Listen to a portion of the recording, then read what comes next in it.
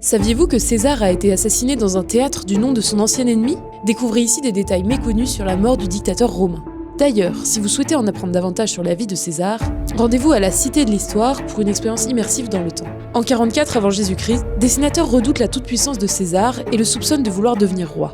Ils décident alors de profiter de la réunion du Sénat aux Ides de Mars pour mettre à mort le tyran et sauver la République. Mais César aurait dû en être averti. Dans les jours qui précèdent, l'Aruspice Spurina, le prêtre qui interprète les augures, lui annonce un grand malheur, et la veille sa femme voit sa mort en rêve et le supplie de ne pas y aller. Fatigué et malade, César hésite, mais un ami sénateur, Decimus Brutus, le conseille de ne pas humilier le Sénat qui l'a convoqué et de se rendre à la curie. Sur le chemin, son informateur Artémidore lui fait parvenir la liste des noms des conjurés. Il la dédaigne et entre sans escorte et sans armes dans la curie de Pompée.